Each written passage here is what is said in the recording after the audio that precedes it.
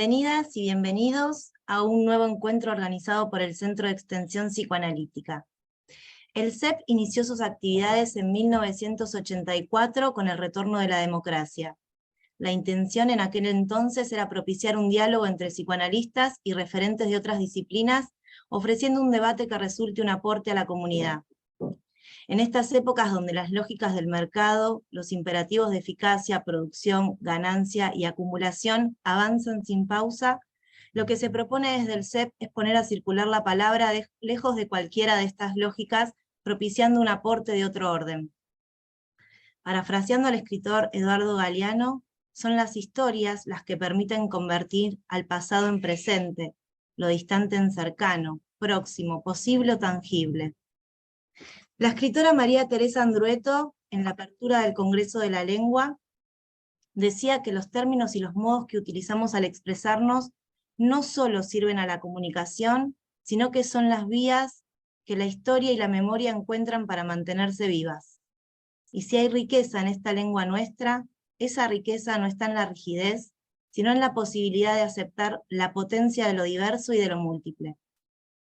Y es por ello que en esta oportunidad queremos dialogar sobre la segregación, tomando diferentes perspectivas que permitan pensar los malestares de la época y el modo singular de cada quien al habitar el mundo.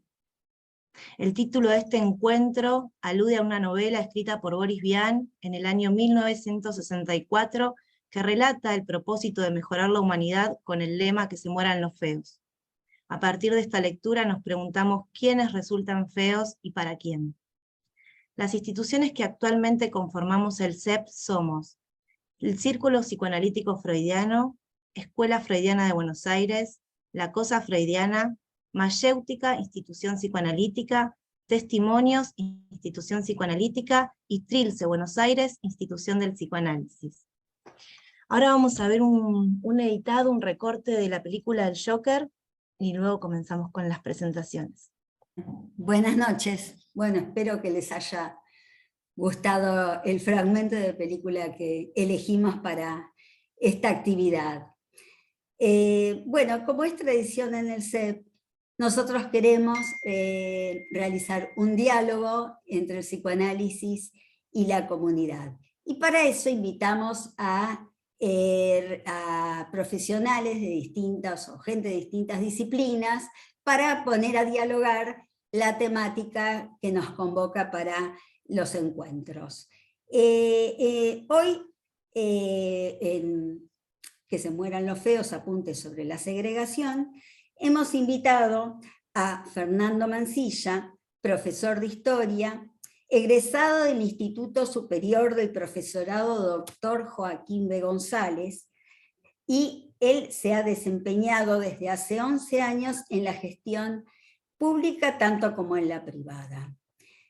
No solo nos va a aportar una mirada desde la historia, sino que también nos va a ilustrar esta temática a partir de la práctica con jóvenes.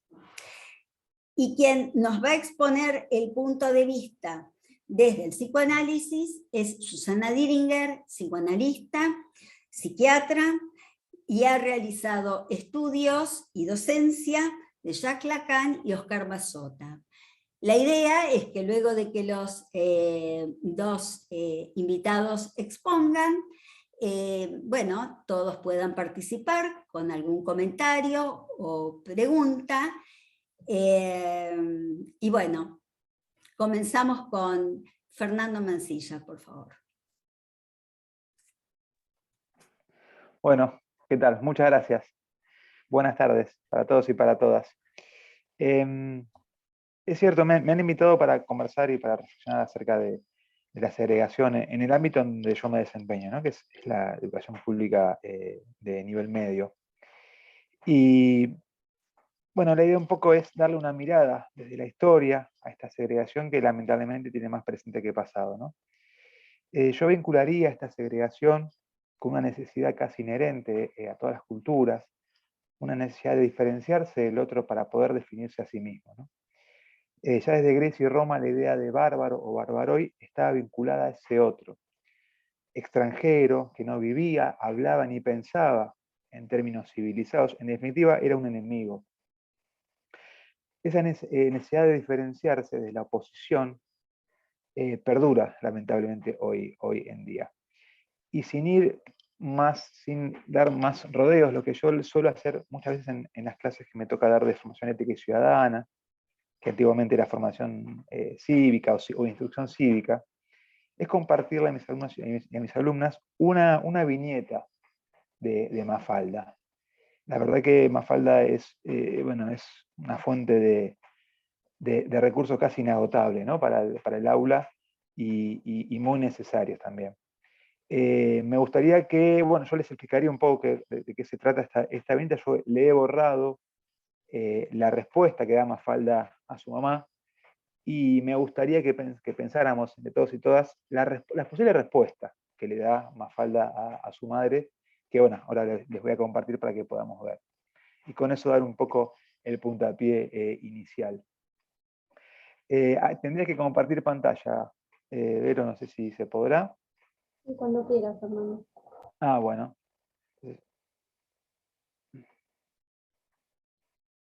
Ahí está. Comparto también sonido por las dudas.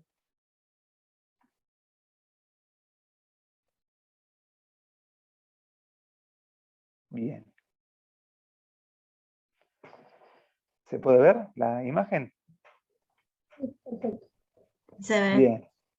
Bueno, un poco invitar a la reflexión y a pensar en esto, ¿no? En esta imagen que nos plantea Mafalda desde la imagen, ¿no? Desde la diferencia con el resto, e intentar hacer un paralelismo con nuestra sociedad y con la segregación, ¿no?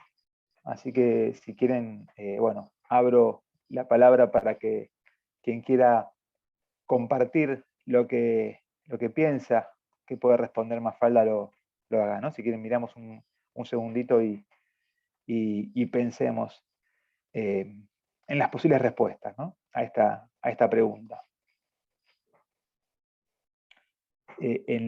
Cuando planteo esta actividad en la escuela, la verdad que la hacemos en años superiores, en cuarto o quinto año, y salen muchísimas cosas a la luz.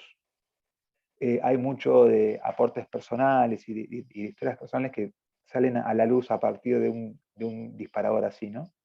Y en base a eso uno puede trabajar, ¿no? También desde la tutoría, que es una función bastante reconfortante. La verdad que la tutoría te permite acercarte a los pibes y a las pibas más allá de lo académico, ¿no? Y hacer un poco ese nexo con la escuela.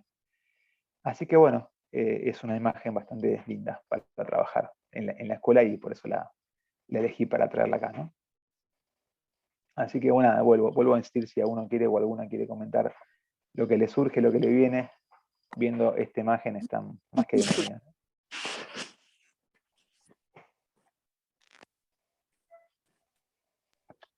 Hola, ¿qué tal?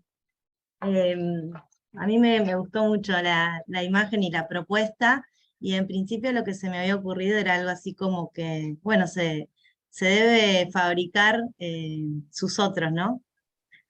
Para sentirse no solo acompañada, sino vista, qué sé yo, estando. Sí, tal cual, ¿no? Es como la búsqueda de contraste para encontrar justamente lo que la define, ¿no? Hilando más fino. Pero sí, por ahí viene la mano, ¿no?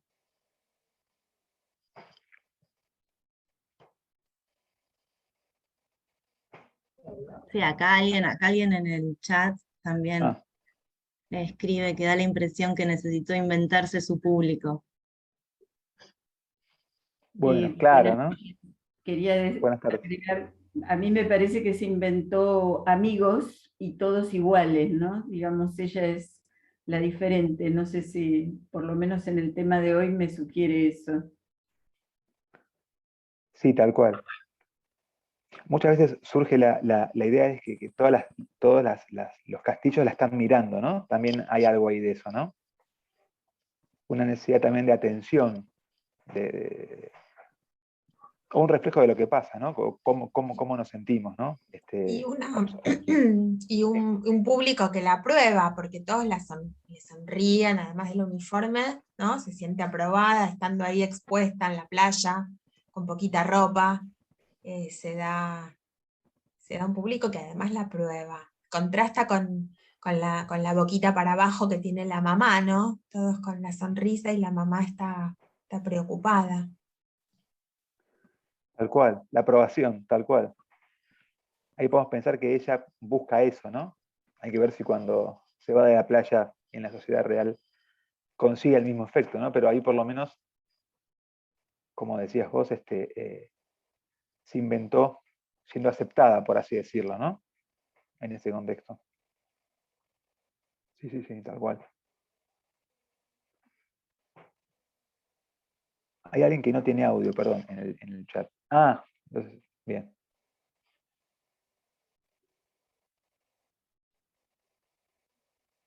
Ahí dice Juan que todas las caras son iguales, ¿no? Ella se autoriza, dice Fernando. No, perdón, y me llama la atención la contemporaneidad de la viñeta, ¿no? Porque es una historieta de 1960, ¿no? Y pensaba mucho en esta cuestión de los me gusta, ¿no? De la necesidad de todo el tiempo ahora de reforzar esta cuestión de la autoestima, ¿no? Pensar que hace 50 años estábamos más o menos en la misma. Sí, Claro, tal se cual. construyó una red, ¿no? Una red con muchos likes. Tal cual, tal cual. Como un Sí. Facebook, un Twitter de hace 60 años, ¿no? Tal cual. Sí. Tal cual. ¿Qué tal, Fernando? A mí se me vinieron ¿Cómo estás? a través de esas dos imágenes que presentaron hasta esta parte y también para, no sé, para invitar a Susana en lo posible, en especial la diferencia desde la consolidación del yo, ¿no? Las exposiciones de Lacan en relación a la consolidación del yo, que iban de la mano de la agresividad, ¿no? Que él también abogaba por que se publiquen en conjunto las conferencias en relación al estadio del espejo, que iban de la mano de la agresión también, porque esa consolidación también va en paralelo a algo del orden de la agresión, para diferenciarse el yo en una segunda instancia, luego de la consolidación de los demás, ¿no? Y también pienso no sé, en la antropología también filosófica de René Girard, el deseo mimético también, que iba de la mano de una profunda agresividad para con los demás, en ese deseo mimético.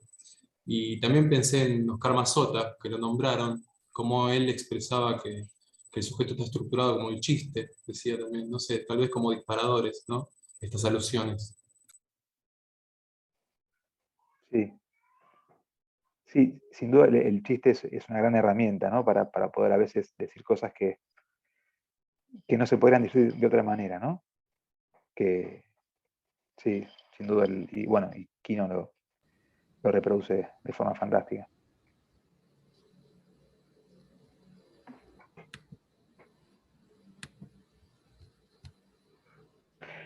Tomando un poco lo que decía Juan, esto de en la adolescencia, ¿no? En mi experiencia como profe, esta necesidad constante de los chicos y de las chicas de definirse a veces en oposición, ¿no? Y buscando esta identidad, construyendo esta identidad, la importancia de las redes sociales y la exposición y de los likes, ¿no? Que hacía referencia Juan respecto de las caras y la necesidad de acumular estos likes, ¿no? Para reforzar un poco autoestima y demás. Eso en la escuela es moneda corriente, la verdad. Se ve todo el tiempo y en clase, en los recreos, la verdad que es un terreno, bueno, de disputa la escuela, ¿no? Y de todo el tiempo ser observado y observada y buscando eso.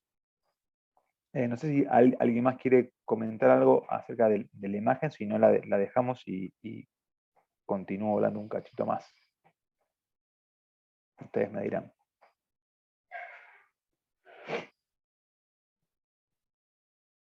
Bueno. Bien.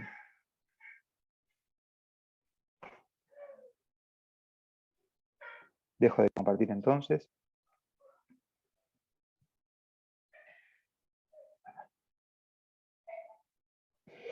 Bueno, como les contaba recién, la escuela no escapa a estas redes de conflictos sociales que se viven por afuera de la escuela, ¿no? O sea, por afuera de ella, sino que es otro campo de disputa, ¿no? Con sus propias reglas, interacciones y búsqueda de definiciones individuales y colectivas, ¿no? En mi experiencia, los y las jóvenes, yo prefiero el término joven y no adolescente porque me parece que el término adolescente encierra como una carga negativa, es a mi entender, ¿no? En mi mirada. Viven en la escuela como un ámbito que las pone y los pone a prueba todo el tiempo, ¿no? Es un lugar de continua exposición y lo viven así. Y dejando un poco de lado lo académico, la importancia de la imagen, como recién decíamos, ¿no? Es clave, es clave.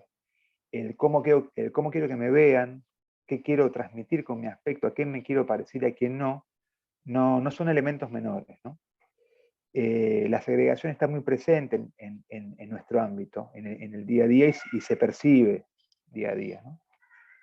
Queda de manifiesto no solo en los códigos de vestimenta, sino también en la forma de hablar, los gustos musicales, todas las manifestaciones de los pibes y de las pibas encierran esta búsqueda, ¿no? Es una búsqueda constante por la identidad, ¿no? Que se refleja en todos estos aspectos que recién comentábamos. Pero no me parece justo generalizar en el caso que vivimos esta pospandemia. En mi caso, yo pude observar que en los colegios en donde me desempeño, apareció una nueva forma de relacionarse, ¿no? Parecería que algunos de los viejos estigmas fueron cediendo terreno a integraciones que aún antes eran impensadas, ¿no? La dinámica de las interacciones es llamativa. La velocidad de adaptación y de reinvención es realmente admirable que tienen los pibes y las pibas. Hay jóvenes con códigos propios compartiendo espacios y momentos con otros que se muestran claramente diferenciados, ¿no? Es como si la pandemia hubiera dejado un legado de jóvenes que buscan lograr la autodefinición, entendiendo las individualidades y buscando puntos en común con los pares, ¿no? Que de repente miran la vida, bueno, a través de otros ojos, ¿no? Tienen otras concepciones, otros preconceptos, otras ideas, pero que sin embargo encuentran puntos en común, ¿no? Desde lo social o cultural nos invaden, nos impregnan muchas veces subjetivamente, ¿no? Cuando no de forma explícita, modelos a seguir, ¿no? Estos estereotipos se nos presentan como horizontes luminosos y exitosos a los que debemos apegarnos, casi como fórmulas matemáticas, ¿no? Para poder alcanzar esta supuesta plenitud. Los chicos y las chicas no son ajenos ni ajenas a este fenómeno, ¿no? En mi opinión, la escuela en ese sentido debería funcionar como parte del proceso de acompañamiento de esa búsqueda identitaria, ¿no? Dando las herramientas, ¿no? Mostrando un poco el camino que les permita ver que estos estereotipos son construcciones perennes, intencionadas y que poco tienen que ver con nuestra realidad, ¿no? El hecho de no alcanzarlas o no alcanzarlos no implica de ninguna manera la infelicidad, ¿no? Estos estereotipos cambian con el tiempo y, bueno, parte de la función, creo yo, de la escuela es romper con esa lógica, ¿no?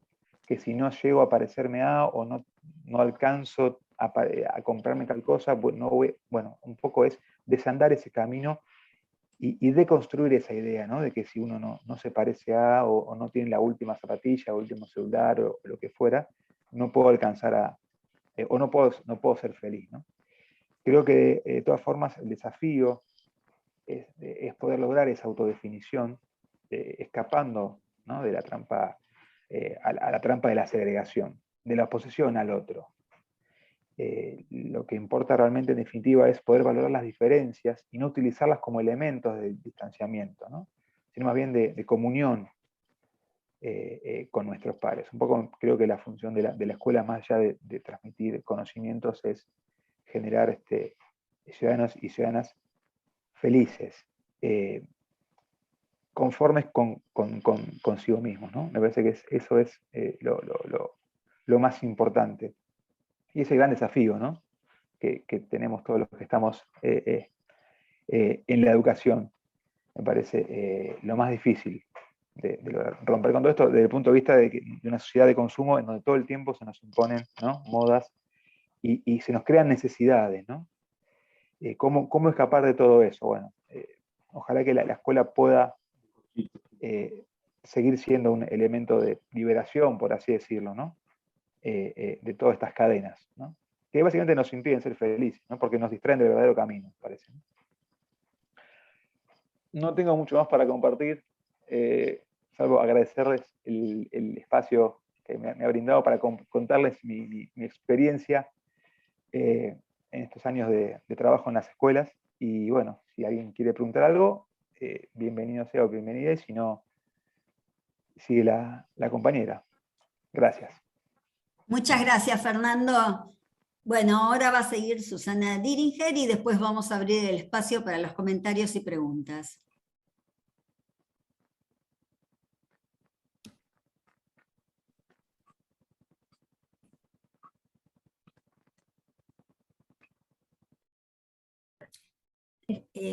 Estás muteada, Susana.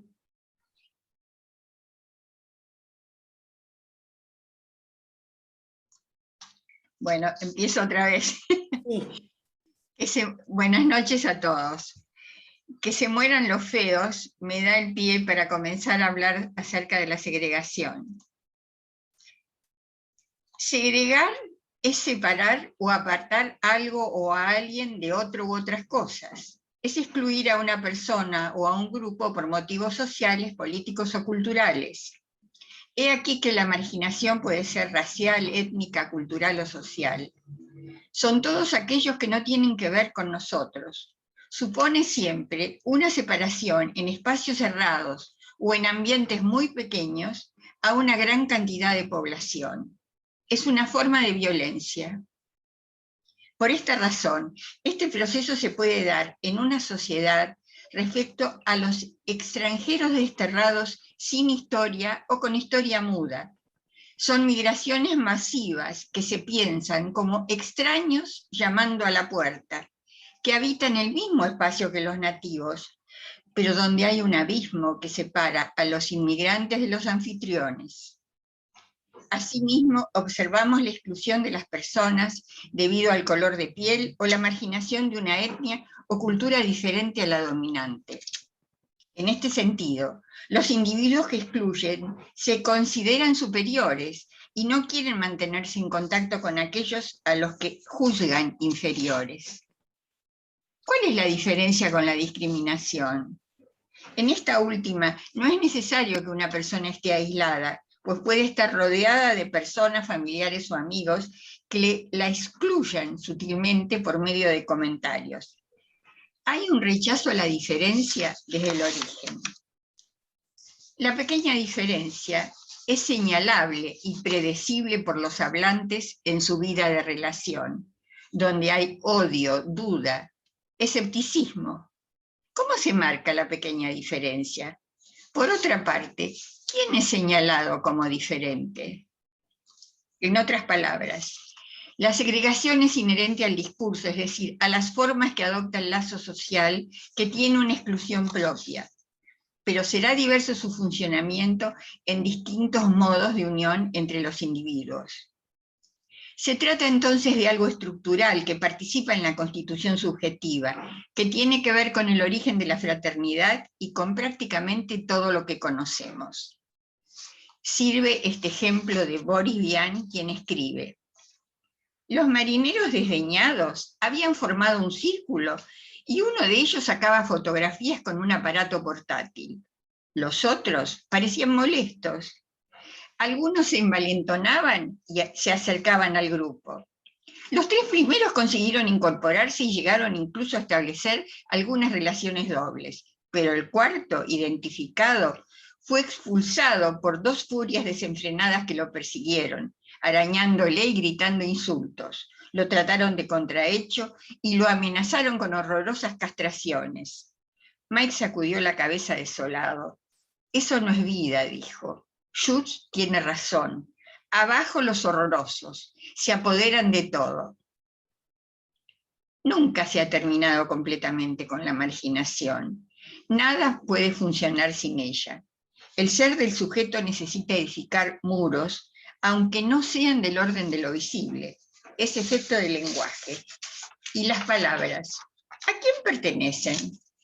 Sartre piensa que a nadie. Se diría que el lenguaje se ha puesto a hablar solo. En esa misma línea nos interrogamos acerca del texto de Freud, Tótem y Tabú, para destacar las consecuencias que siguen al asesinato del padre, el pacto fraterno y la emergencia de la ley. Este empeño que ponemos en ser todos hermanos prueba evidentemente que no lo somos. Incluso con nuestro hermano consanguíneo, nada nos indica que seamos su hermano. No hay fraternidad que pueda concebirse si no es por estar separados juntos. No se conoce más que un solo origen de la hermandad, es la exclusión. Todo lo que existe está fundado en separar, aislar. La intimidad no tiene posibilidades de llevarse a cabo. Configuran una exaltación vehemente realizada por quienes buscan suprimir las diferencias. La fratria se asienta en el parricidio. Nos preguntamos, ¿habría un mundo en que fuesen incluidos todos los mundos? Se trata del aislamiento, del separatismo, de la cerrazón autoabastecida, que no es otra cosa que la cara oculta de la segregación. Decimos, sí a nosotros, no al diferente. Son estructuras tendientes a la toma de poder. ¿Qué lugar tiene el goce del otro? En este sentido, podemos situar la segregación y el racismo dentro de las formas que adopta el malestar en la cultura. El malestar en la cultura dice que nuestra disposición no nos permite gozar intensamente. Solo accedemos a una sensación de tibio bienestar.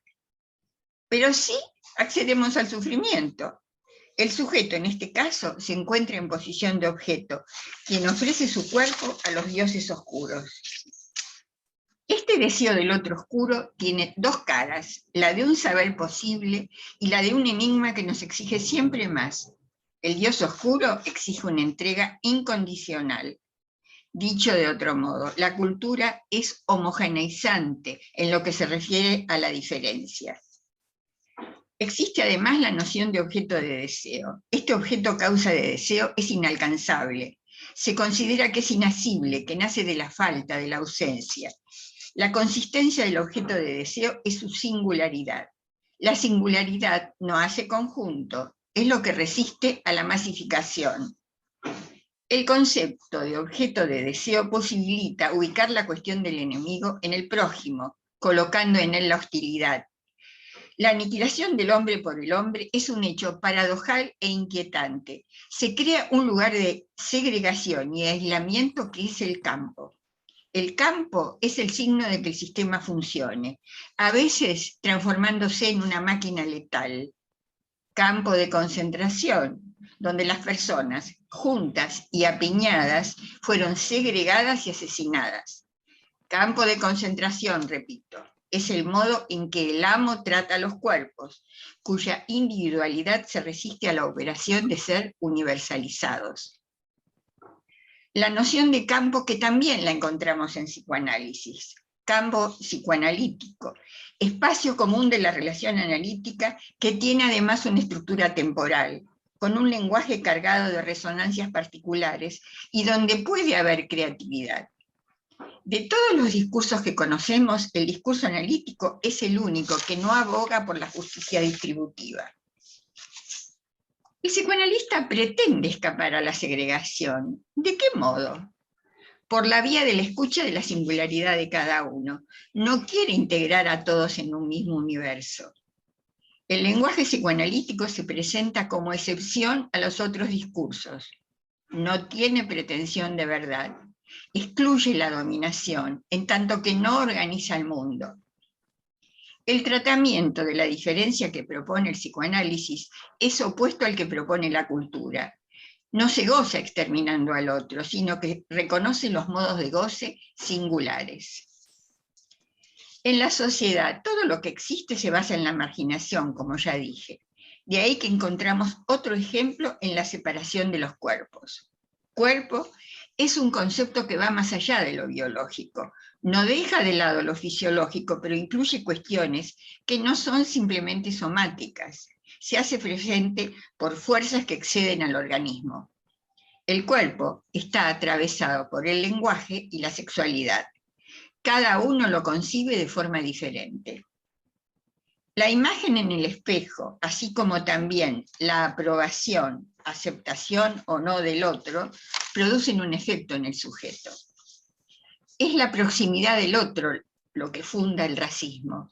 Desde el momento en que hay acercamiento, se confrontan los modos incompatibles de gozar. Una forma de segregación es la exclusión de los cuerpos feos. La gente suele ser muy fea, dijo Schultz. ¿Se ha dado cuenta que no se puede pasear por la calle sin ver muchísima gente fea? Pues mire, a mí me encanta andar por la calle, pero me horroriza la fealdad.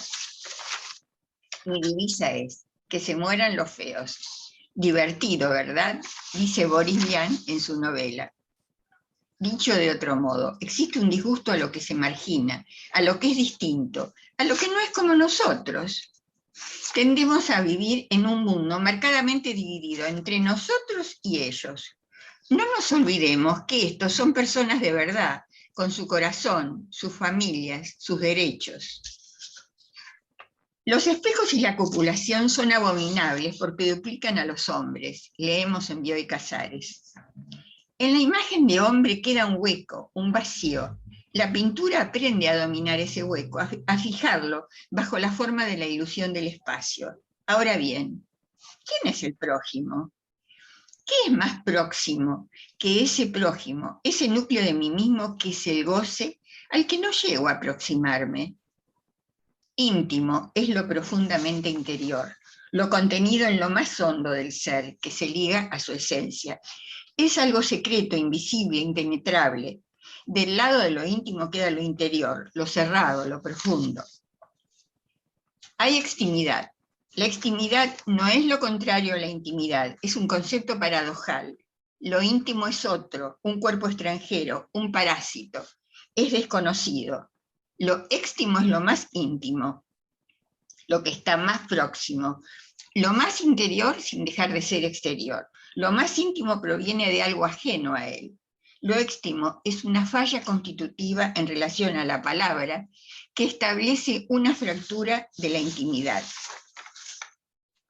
Lo íntimo y lo extimo constituyen una unidad estructural que da cuenta de la división subjetiva. Lo más íntimo y familiar se convierte a la vez en algo radicalmente extraño que genera rechazo. Un sujeto, siempre exiliado de sí mismo, que solo parece encontrar su ser más íntimo en lo más lejano de sí. La discriminación supone una diferencia afirmada y sostenida. En psicoanálisis, las únicas diferencias que importan son las que tienen que ver con el deseo y el goce. En síntesis, marginación se puede entender como una vía de tratamiento de lo insoportable para nosotros. En esta misma línea está la lengua, que también puede desgarrarse, homogeneizarse, excluirse de todo pensamiento. El alambrado lingüístico que sucedió en los campos de concentración. La palabra se vacía de su contenido original para convertirse en un robot de la lengua. Las palabras al desnudo dejaron de significar. La lengua no tiene vocablos para lo que sucede. Se pueden pensar estos procesos junto con el racismo. Pertenecer al margen de. El racismo supone un problema de frontera, no siempre una frontera espacial que separe un país de otro, puede ser una frontera interna, que en un mismo país separe dos conjuntos diferentes. Un mundo limpio, sano y visible, y por otro lado un mundo de restos residuales, oscuros, enfermos e invisibles. Lo que caracteriza a nuestro siglo, y no podemos no percatarnos de ello, es una marginación ramificada, reforzada, recortada en todos los niveles, que no hace más que multiplicar las barreras que nos hace odiar al enemigo. Insisto, que la cuestión del enemigo es un problema de las masas. Desde la Edad Media conocemos la segregación de los enfermos mentales, exclusión en la que participa la psiquiatría. El nacimiento de la psiquiatría tiene como secuela la marginación de la locura. La locura es una falla abierta en su esencia, es compañera fiel de la libertad, sigue a este movimiento como una sombra. El ser del hombre porta en sí la locura como límite de su libertad. El psicótico se presenta como un signo que hace referencia a la libertad. Si lo diferente es peligroso, debe quedar fuera de la sociedad. He aquí la segregación del psicótico. En otras palabras, hay un particular tratamiento de los psicóticos, aislamiento, encierro, destierro, quedar alejado del campo social. La exclusión de los enfermos mentales también está ligada al discurso del amo, práctica que consistió en aislar a los locos. Los sujetos afectados por la locura no pueden compartir el mismo espacio que los sujetos de la razón. Como nadie ignora, está además el aislamiento del enfermo que sufre. Vivimos en medio de la peste y la muerte anónima es ser expulsado del lenguaje. Las separaciones son problemas muy difundidos e intemporales que suceden en todas aquellas situaciones en que hay extraños entre nosotros. Ejemplos de marginaciones actuales las encontramos en todos los que no se incluyen en los colectivos existentes, no pertenecen a nada y quedan automáticamente desterrados. La segregación presenta cierto velo de rechazo a lo diferente, que como tal se aísla y sin embargo resulta ser lo más íntimo al hombre moderno. Si el arte tiene una tarea, es la de dar forma a la negatividad cultural e ir al fondo. ¿Cuál es el derecho a no ser discriminado? El sujeto que participa del fenómeno segregativo, ¿es agente o víctima? Muchas gracias. Bueno, muy bien. Muchas gracias por el trabajo realizado y compartido de nuestros invitados.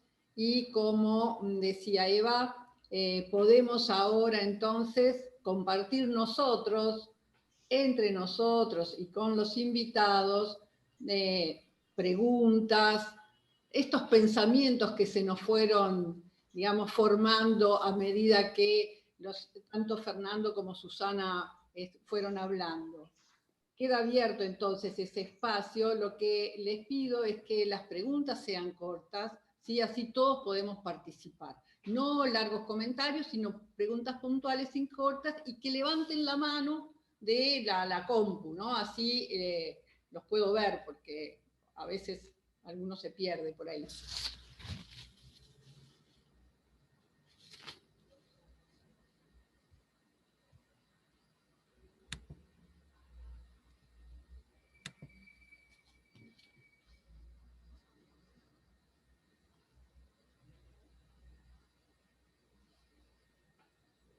Hay una manito levantada, Miriam. Bueno, que hable. No lo veo. Ahí va. Ahí va. Creo que soy yo. ¿Qué tal? Buenas noches, buenas tardes. Yo entré un poquito tarde y quizás me perdí algo, pero le quería preguntar a Fernando, si es que no arruino al pastel, digamos, ¿qué es lo que responde Mafalda? Ah. Ahí está. Bueno, en realidad la idea es que cada uno y cada una pensara. Yo entiendo que tiene que ver con, lo dejo al libre de interpretación. Yo lo que suelo decir es que por lo general tiene que ver con esto de una necesidad de Mafalda de diferenciarse, ¿no? De sentirse distinta, y como alguien dijo por ahí, que estas caras estén sonriendo, ¿no? Tiene que ver, me parece, con la aceptación que necesita Mafalda, y con el rostro de la madre como preocupada o en duda acerca de lo que había hecho su hija, ¿no? Me parece que tiene que ver con eso. Sí. No hay una sola respuesta.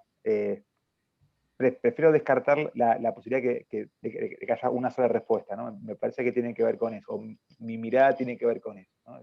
De una necesidad de ser aceptada.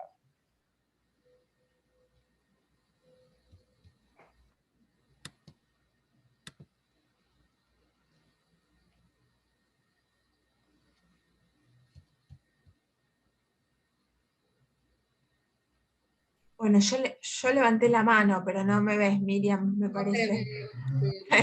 Sí, se ponen arriba los que levantan la manito, pero bueno, les quería agradecer a ambos, a Fernando y a Susana, muchísimas gracias por sus reflexiones y sus palabras, y me quedé con una inquietud, Fernando.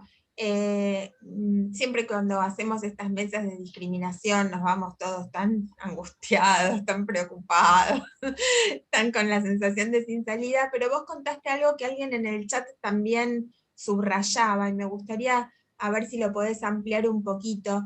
¿Qué está pasando ahora con el retorno después de la pandemia, de tanto aislamiento? Vos decías que hay como nuevas formas de integración, que estás viendo como mayor flexibilidad. ¿Nos puedes contar un poquito más? Sí, claro, claro. Prepandemia, hablo en base a mi experiencia claramente, ¿no? En el aula vos veías grupos o subgrupos, ¿no? Que rara vez interactuaban entre sí, o cada vez había, rara vez había cierta dinámica o cierta movilidad, ¿no? De un chico o una chica que cambiara de grupo, ¿no? O que se identificara con otro grupo que no sea ese grupo de pertenencia inicial. Post pandemia, lo que pude observar en varias divisiones, es que estos grupos no son tan rígidos, son más porosos, ¿no? Y hay más movilidad social, si se quiere decir de alguna forma, ¿no? Hay otra dinámica, hay otra integración, y ya no está tan vinculada con el tema de los gustos musicales, o la forma en que se visten, o demás, sino pasa por otro lado. Me parece una necesidad del contacto humano. Se perdió muchísimo, obviamente, en todos los aspectos de la vida, y la escuela no está ajena a eso, ¿no? Y me parece que esta necesidad de retomar ese tipo de relaciones personales, ¿no? Excede o trasciende lo que uno podría ver ahora por afuera como algo superfluo, ¿no? Me parece que hay una necesidad de generar nuevas redes, y redes cada vez más amplias de contacto, que trasciendan la moda, la música, ¿no? Los gustos, en fin. Me parece que tiene que ver con eso. Y insisto con esto, los grupos son muy porosos, no hay muy dinámicos.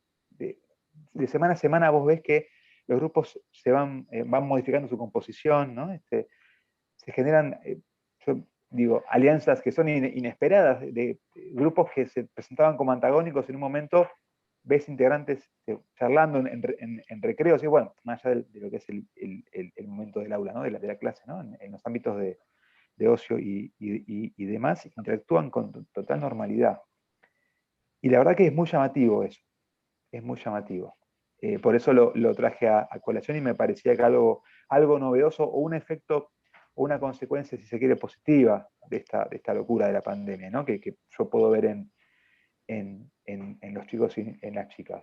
Sí, la verdad que es algo muy, muy lindo, en realidad. Sí, la verdad que sí. Toda integración es muy positiva, ¿no? Sí, la verdad que sí. Mira, hay un Juan Pablo Susel, ¿quiere Sí. participar? Juan Pablo. Sí, gracias. Sí, quería compartir, digo, la mirada, digo, en relación a lo que decía Fernando. Yo también soy docente de nivel medio también, y también veo esta cuestión de una mayor flexibilidad y acompañamiento de los jóvenes y las jóvenes frente a determinadas situaciones. Digo, en los últimos 4 o 5 años, por lo menos en mi experiencia docente, digo, hay una cuestión muy novedosa, muy disruptiva, que tiene que ver con la autopercepción acerca del cuerpo, y del reconocimiento del deseo ¿no? de los jóvenes y las jóvenes. Y a mí, como un tipo de más de 40 años, me sorprende la capacidad del grupo, de los grupos con los que trabajamos, para contener e incorporar a estos sujetos, ¿no? Porque, bueno, yo vengo de una cultura, o sea, yo hice la escuela secundaria post-dictadura, y cualquier diferencia muy menor era, digo, el grupo era muy censor. Digo, entonces, digo, esto que decía Fernando me quedó rebotando mucho en relación a a la práctica docente, digo, y eso me parece que es muy valioso porque nosotros, y cuando digo nosotros, digo la sociedad en general, tiene una mirada, ¿no?, de sentido común sobre los pibes siempre como muy, muy estigmatizante, muy, muy estereotipada, ¿no? Los adolescentes son de tal manera, y me parece que en la práctica eso se matiza mucho, y la intervención de Fernando me parece que es muy interesante porque pone en su justo lugar algunas cuestiones que me parece que deberían ser valoradas de esta manera, ¿no?, como plantea Fernando. Ok, gracias. Hay Estela que pidió la palabra, pero hay un comentario anterior de Emiliano que dice: me encantó, Facundo, y me quedé pensando acerca de la paradoja de la escolarización con la que nos encontramos día a día, ¿no? Siendo que el aparato escolar fue históricamente un dispositivo normalizador. Sin embargo, abogamos, me animo a hablar por ambos, por una educación emancipadora que irrumpe, armoniza, a su vez que busca descentralizar y romper con ideales históricos. Estela, ¿tenés la palabra? ¿Me escucha, Estela? Está muteada, Estela. Está muteada. Yo pedí la palabra también, no sé si estoy... Estela y después Graciela. Muy bien. Yo también pedí la palabra. Muy bien, Diana. Se tiene que desmutear, Estela. Tenés que sacarle al micrófono. Parece que Estela no puede. Puede hacerlo. Quien tenga el Zoom puede desmutearla. Analía, ¿podrías Se pueden desmutear, no está trabado eso, ¿eh? Está para bueno. que se desmutee. Pero no debe haber encontrado ella el modo. Bueno, entonces, mientras esperamos, Graciela. Hola, sí. Bueno, muchas gracias a los presentadores. No, quería subrayar lo que planteó Susana, sintetizando muchísimo toda la riqueza de lo que planteó. Algo que me parece tan destacable desde el punto de vista del psicoanálisis es cómo es la interpretación que Freud pudo hacer acerca de la segregación en términos de que lo que rechazamos, odiamos o destruimos en el otro es algo íntimo de nosotros, lo peor de nosotros como siendo lo más íntimo. Sería lo que odio en mí es lo que descubro en mi semejante ya convertido en prójimo, es decir, convertido en objeto de ataque. Lo veo, es como ver en el feo, lo feo de mí, lo veo en el otro. Por eso lo quiero destruir de mil maneras. Esto me parece una interpretación extraordinaria, la que hizo Freud, la que pudo captar, porque todos tenemos la ilusión, lo más evidente sería odio al otro diferente, al que no es igual a mí. Y efectivamente, así se presenta en la escena del mundo. Segrego al que no es como yo. Pero Freud dice, ojo, ese que está segregando, sos vos mismo. Bueno, muchas gracias. Gracias. Diana. A ver si salió, ¿pude desmutearme? ¿Me oyen? Sí, Estela, estás desmuteada. Perfecto. Bueno, no, yo quería decir lo siguiente, que creo que a través del tiempo, o sea, la gente es como que antes era como mucho más reprimida, no podía llegar a hablar con el otro, porque bueno, yo creo que había una cosa de mucho temor por el otro que podía llegar a opinar, ¿no? Bueno, a través del tiempo esto me parece que se fue perdiendo, a pesar de que hay otras cosas que segregan mucho a la gente, ¿no? Como esto que decía Susana al principio, ¿no? Bueno, todo lo que sea la inmigración y todo eso realmente creo que es algo tan actual, ¿no? Pero no por ejemplo, en los adolescentes. Yo veo que en los adolescentes hay una cosa de mucho más plasticidad en cuanto a poder aceptar al otro. cosa que, bueno, y antes no existía esto, ¿no? Antes eran mucho más, digamos, se segregaban mucho más, ¿no? Quienes eran de una ideología, quienes tenían la otra, quienes eran, bueno, qué sé yo, por otras cosas también, incluso desde la social, ¿no? Bueno, había toda una segregación, que no éramos todos iguales, por supuesto, ¿no? Eso. Muchas gracias, Diana. Bueno, muchas gracias a todos los participantes, a los invitados en primer lugar y a quienes han ido hablando. Me gustaba esto que retomaba recién Graciela, que también has retomado por Lacan, acerca de que el prójimo es eso más íntimo nuestro, que ni siquiera llegamos a conocer y rechazamos y lo ponemos afuera. Es una línea muy linda de toda la riqueza de las cosas que trajo Susana. Lo que quería tomar un hilo que fue también retomado, que nos trajo Fernando, acerca de que paralelamente, y yo no sé si es solamente efecto de la pandemia, pero vengo notando desde hace unos años que los millennials, si bien son aquellos que han agudizado el bullying, también está surgiendo una nueva cultura entre los jóvenes, donde está muy mal visto cosas que en nuestras épocas, que me ubico como persona que la juventud ya se va poniendo distante, que era natural.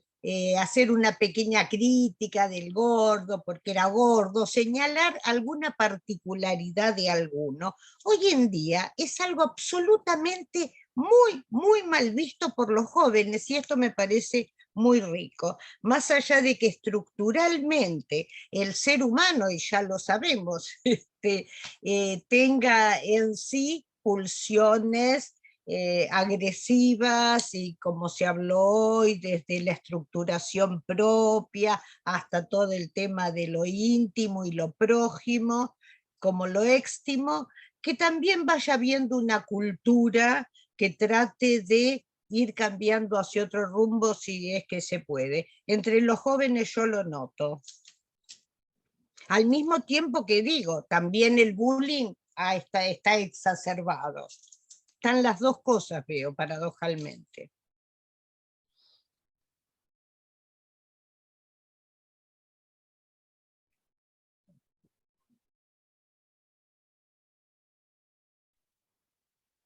A mí me gustaría hacer un comentario, no sé si alguien más.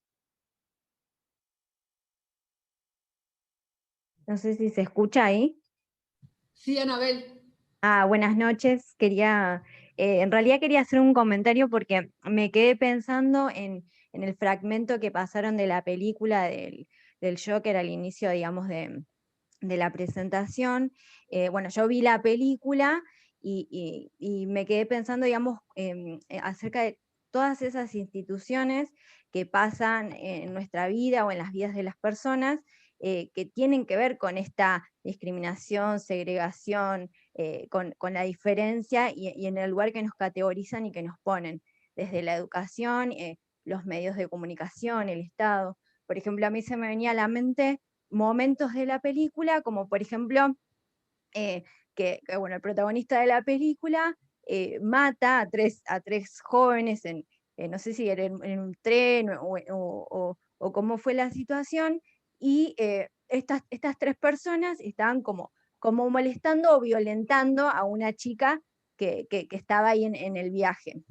Y los medios de comunicación lo que reproducían o lo que informaban era que habían matado a 3 jóvenes blancos de clase media, trabajadora, y en realidad, digamos, esto lo que se me viene a la mente es todas las instituciones que aportan a esta discriminación, esta segmentación, digamos, de las personas, desde que nacemos hasta la edad adulta, porque la película justamente muestra toda la discriminación que sufrió esa persona desde sus inicios, desde que, digamos, nació y estuvo en esta sociedad, hasta su edad adulta, y pasó por un montón de cuestiones, como el Estado no estuvo presente cuando, por ejemplo, se me ocurre, no sé, necesitaba una medicación para su patología, y se la dejó de dar simplemente porque el Estado no tenía recursos, por ejemplo. O sea, todas las instituciones que aportan a esta discriminación, a esta segregación del otro en todo el desarrollo de nuestras vidas, digamos. No, solo quería comentar. Ok, ese comentario. gracias. Susana.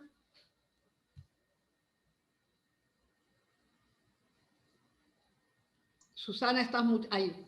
Ahora. No, quería decir algo. Que lo que puede pasar con el analista, porque el analista, además de ser un éxtimo, ¿no? También tiene una función que es la de intimar. En francés, esto viene del francés, ¿no? Intimar, que quiere decir mandar.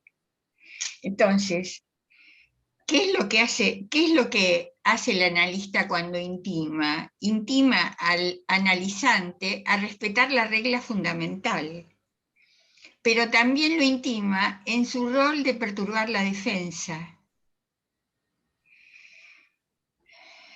Entonces, bueno, eso, que no solamente es un cercano y lejano el analista, sino también es alguien que lo está mandando, entre comillas, a que pueda analizarse. Nada más. Gracias. ¿Alguien más? Yo quería decir algo, no más que nada, por ahí destacar algo que dijo Susana, que dijo Graciela, que esto de la segregación, que aunque haya, digamos, se reconfigure de otra manera y haya más plasticidad y más aceptación, el tema de la segregación es inherente al hombre, es inherente a la estructura. Eso va a haber, hubo y va a haber, manifestado de distintas maneras, pero no puede no haber, me parece, ¿no? Al menos es mi idea. Por ahí, si alguien, no sé, piensa distinto, me gustaría escucharlo. Eso nomás.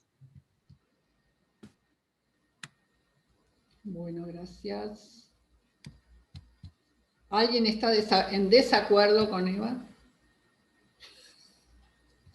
A mí me hace como ruido la palabra siempre, la palabra como inherente, como que sí o sí, como que nacemos y ya traemos eso con nosotros. No, o sea, no sé cómo explicarlo, pero no sé si nos pertenece y nacemos, sino que es como una construcción. O sea, nosotros construimos hacer una diferencia con los rasgos o con las características del otro. Y por ahí, o sea, criticando esa idea o ese pensamiento, podemos transmitir, digamos, que las cosas sean diferentes.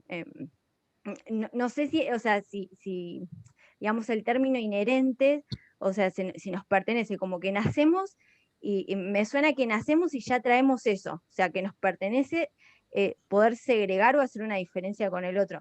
O sea, la verdad no lo sé, pero me suena más a que es una construcción de nosotros, segregar o hacer diferencia con el otro, que se puede cambiar, digamos. Pero hay, puedo hablar. ¿Puedo decir? Bueno. No, dale. Bueno, yo digo que en cuanto a, digamos, el niño cuando nace está inmerso en el lenguaje, pero no habla. Y ahí hay una primera división entre el lenguaje y el ser hablante, es decir, hay un tiempo en que el niño es a raíz de que es hablado, empieza a hablar. Y ahí tenemos una división entre el lenguaje y el habla. Entonces, y eso ocurre con el infans. Esa es una cosa que quería decir. La otra cosa que quería decir es que hay una exclusión en el análisis también, en las personas que están en análisis, cuando, digamos, el analizado entra en oposición con el analista y le reprocha, y está en una situación negativa, le reprocha, esto es un ejemplo que da Freud, haber omitido un análisis integral. Entonces, Freud lo que dice que un vínculo analítico nunca es enteramente positivo. Y que entonces hay que tener en cuenta, es decir, bueno, porque esto puede terminar en una huida del análisis o en una transferencia negativa, etc. Pero dice Freud que hay que tener en cuenta y trabajarlo muy intensamente la posibilidad de una transferencia negativa en el análisis. Y ahí vemos cómo está la separación entre la transferencia positiva y la transferencia negativa, y eso es inherente también al análisis. Nada más. Gracias. Hay acá una participación en el chat de Emiliano. Emiliano, si lo decís, ¿podrías decirlo tú? Sí, me quedé pensando en lo último, justamente que hablaba Susana, me parece, ¿no? Casi seguro, sí, por el timbre de voz. Y lo que expresó la persona anterior, que no sé el nombre, pero hay lo inherente que se puede traducir a, bueno, cuando Freud también habló de las normas, justamente, de la moral y de las instituciones, ¿no? Eso es algo también intrínseco a la estructura social, que también genera ese principio de realidad a la cual debemos atenernos, debemos imperativamente atenernos. Y ahí justamente está todo lo que después se traduce al malestar en la sociedad, ¿no? Como escribía Freud también. Eso por un lado, hay una cierta inherencia que es estructural en términos sociológicos. Y después por otro lado también lo que escribía era que, sí, en relación a los discursos que Susana describió, en parte el discurso del amo, el discurso del psicoanálisis, que es el discurso subversivo, qué raro, ¿no? Justamente lo describe Lacan, los discursos, los 4 discursos, pero lo que no trascendió también, hay que pensar el psicoanálisis y reflexionarlo constantemente en relación a, bueno, su heteronorma, también el psicoanálisis freudiano, como dice Alfredo Eidenstein, también tiene sus paradojas, ¿no? Por no decirlo de otra forma, muy heteronormativo en gran parte, pero bueno, la idea freudiana trascendió, pero lo que no trascendió en relación a esto es el anhelo freudiano, justamente, que el psicoanálisis se enseña y se transmite en las instituciones, por ejemplo en la escuela, ¿no? Que se deflacione un poco el super yo, que se dé lugar más a la subjetividad, justamente de cara a que haya menos agresión, de cara a también aceptar la negatividad y que esté presente, que esté consolidada justamente esa negatividad en un sistema profundamente positivo, por eso se habla de positivismo técnico, y las escuelas mismas justamente que se erigen en una sociedad positivista, ¿no? Como una fábrica, dividida por sectores, por edades. Entonces, ese positivismo que se traduce hoy en día a lo que denominamos coloquialmente como positivo, ¿no? Que se exacerba incluso al punto tal en que no puede ir de la mano sino de una profunda agresión también, ¿no? De todo aquello o todos esos aspectos que se reprimen justamente, que se suprimen justamente en esa posibilidad exacerbada, lo que se llama como el imperativo del goce, ¿no? Que es el goce de la felicidad, por ejemplo, que tan exacerbado está hoy en día en las redes sociales o en todo ámbito social también, ¿no? Incluso en la escolarización. Gracias, Emiliano, muchas gracias. ¿Alguien más con alguna pregunta? Yo quería... Laura. Quería comentar algo que tiene que ver con lo que decía recién la persona que habló antes que yo.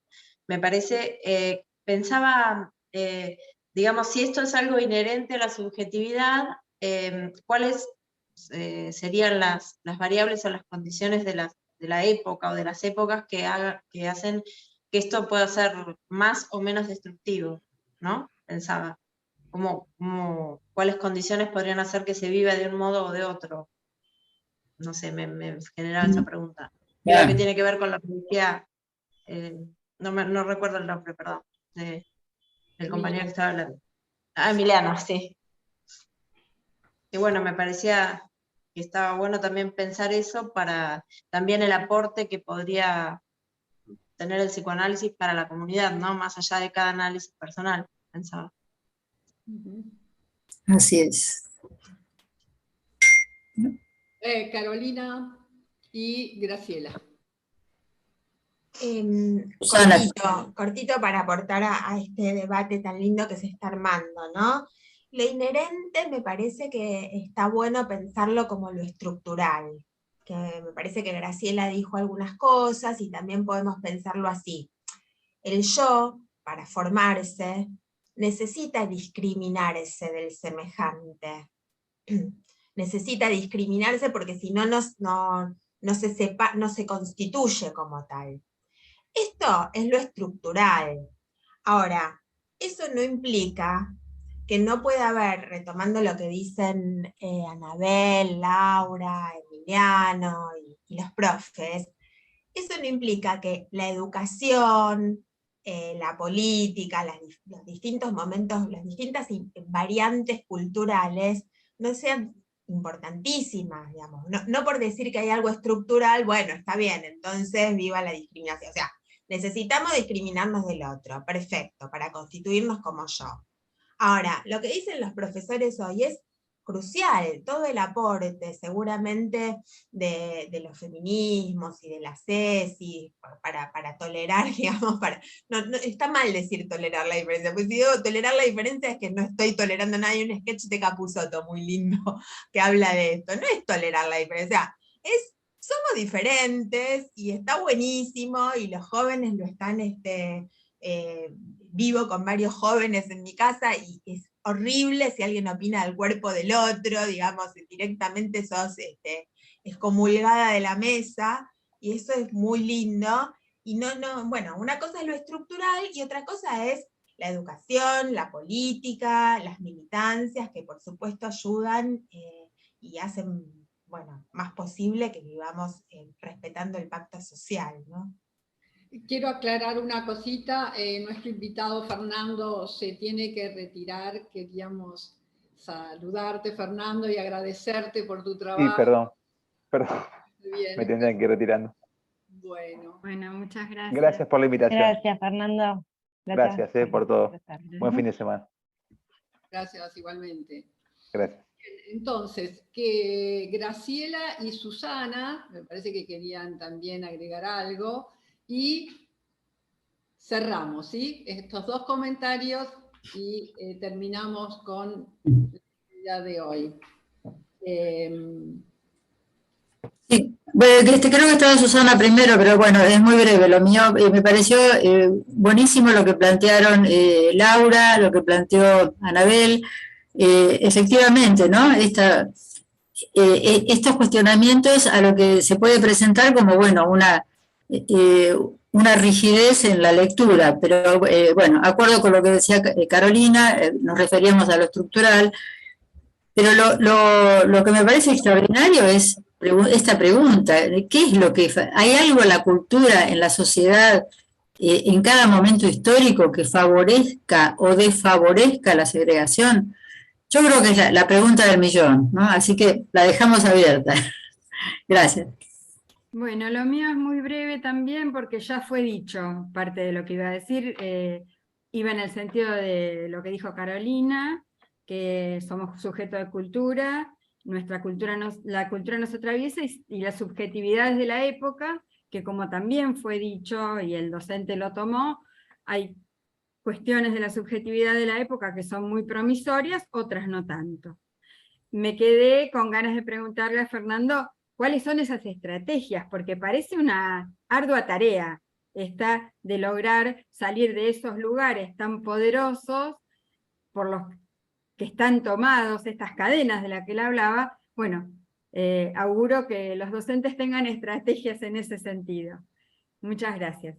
Bueno, entonces ahora quedan todos invitados, ¿sí? Todos invitados a la próxima actividad del CEP, que va a ser el 2 de septiembre y que tiene este título tan prometedor y tanguero. ¿Qué falta que me haces? Repito, el 2 de septiembre, ¿qué falta que me haces aquí en el CEP? Muchas gracias a todos por la participación, los comentarios. Estuvo bastante movida la participación. Muchísimas gracias.